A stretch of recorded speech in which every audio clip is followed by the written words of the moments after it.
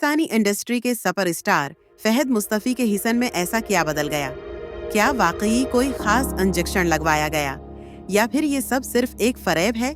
सच जानने के लिए वीडियो को आखिर तक जरूर देखें। चंद दिन पहले फहद मुस्तफी की एक नई तस्वीर ने सोशल मीडिया पर हलचल मचा दी।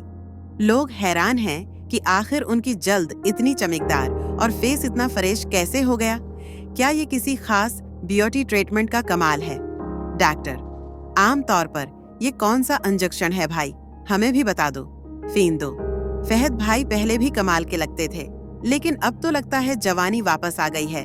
फहद मुस्तफी, ये सब बस वर्जिश, अच्छी ग़िज़ा और नींद का कमाल है भाई, कोई इंजेक्शन नहीं। तो नाजरीन, क्या ये वाकई फहद मुस्तफी की फिटनेस और नेचुरल ब्यूटी का राज है या फिर कोई खफिया ट्रीटमेंट हुआ है? आपका क्या ख्याल है? कमेंट्स में अपनी राय जरूर दें।